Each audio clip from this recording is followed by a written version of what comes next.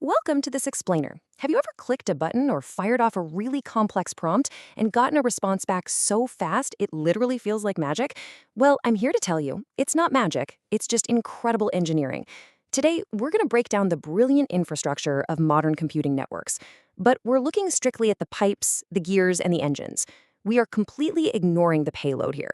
That means we aren't looking at any sensitive data being processed, we are focusing purely on the unadulterated mechanics. So let's dive right into the big question. How exactly do massive networks process things instantly? We're going to look at how high-performance systems manage abstract, anonymous units of work without even breaking a sweat. Because when billions of computational tasks hit a network all at the exact same time, the system doesn't panic. Instead, it relies on a highly sophisticated architecture to route, manage, and execute everything in literally fractions of a second. All right, here is our roadmap for today. We're grouping our core concepts into 5 logical departments. We'll start with a modern digital factory, then move to speed and space optimization, followed by locking in real-time stability, scaling and distributing workloads, and finally, we'll bring it all together in the big picture.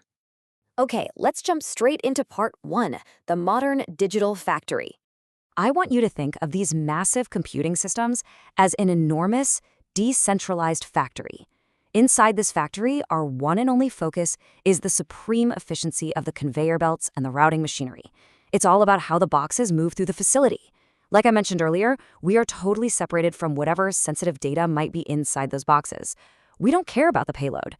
We are entirely focused on the mechanics of movement, making absolutely sure that operational logic is maintained, server space is maximized, and workloads are passed down the line completely seamlessly.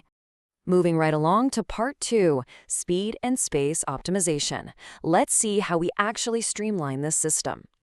Our very first core concept here is streamlined processing. You can think of this as the ultimate optimization protocol to keep our factory lines moving flawlessly. Think about it. If a processor has to actually stop and wait for a preceding task to finish before it can even queue up the next one, you're losing valuable compute time. Streamlined processing ensures continuous, frictionless execution. It basically guarantees the digital conveyor belt never, ever stops rolling. This really perfectly illustrates the difference. On one hand, traditional, clunky processing forces tasks to wait in a sequential line. It creates these massive bottlenecks, kind of like a terrible traffic jam on a one-lane highway. But streamlined processing, it operates like a multi-lane, high-speed expressway. It ensures continuous flow without all that friction of waiting. Now, let's talk about memory compression. This acts as our digital vacuum seal to maximize our workspace. You see, speed isn't just about moving fast, right? It's about actually having the physical room to move. By actively shrinking the data footprint within active storage, the system ensures it never runs out of the critical memory it needs to execute really complex tasks on the fly. To put it simply, our networks are continuously playing a flawless, incredibly high-stakes game of digital Tetris. The system is just rapidly rotating, fitting, and compacting data blocks into active memory storage, desperately trying to save every single byte of space. Because if it fails to clear those lines or compress those blocks efficiently, the memory fills up, and boom, the whole factory comes to a grinding halt. All right, on to part 3, locking in real-time stability. Let's look at how we keep this engine from wobbling. Enter the stable KV-lock. This is an absolutely crucial anchor in modern architecture. Without this mechanism, our system would honestly be like a goldfish with amnesia. When it's generating complex outputs or running long operational logic, the system has to remember the context of step 1 while it's executing step 50. The stable KV-lock physically secures that key value paired memory. It prevents data drift and ensures the system never just instantly forgets what it's doing. And paired right alongside that stability is something called real-time quantization. This is such a fascinating mechanism. It mathematically downsizes operations on the fly to keep the engine running at a nice, reliable RPM. Imagine you're doing complex math in your head. If you just round the numbers slightly, you can calculate way faster without losing the general accuracy of the outcome, right? Well, that is exactly what real-time quantization does. It dynamically scales down the numerical precision of tasks to maintain absolute speed without sacrificing operational stability. Which brings us to part 4, scaling and distributing workloads. Time to handle rush hour. So this is the ultimate computing dilemma that literally every network architect faces. What happens when the system gets too crowded? Even if you have beautifully streamlined processing and totally perfect memory compression, a sudden massive influx of requests can easily overwhelm a static system. We have to have a way to dynamically absorb that shock. And the answer to that is horizontal shifting.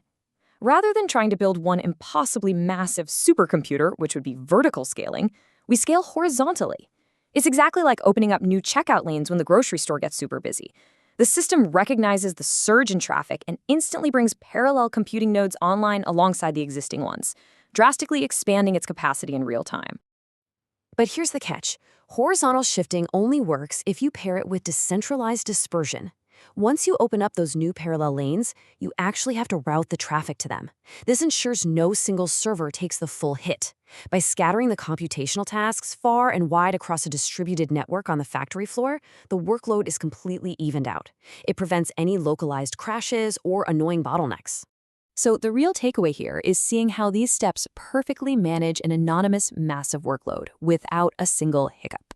First, the system isolates the heavy incoming unit. Second, it horizontally shifts, rapidly spinning up those parallel computing nodes. And third, it executes decentralized dispersion, just scattering the pieces of that heavy workload across the newly available network. It is a totally flawless, choreographed dance of scale.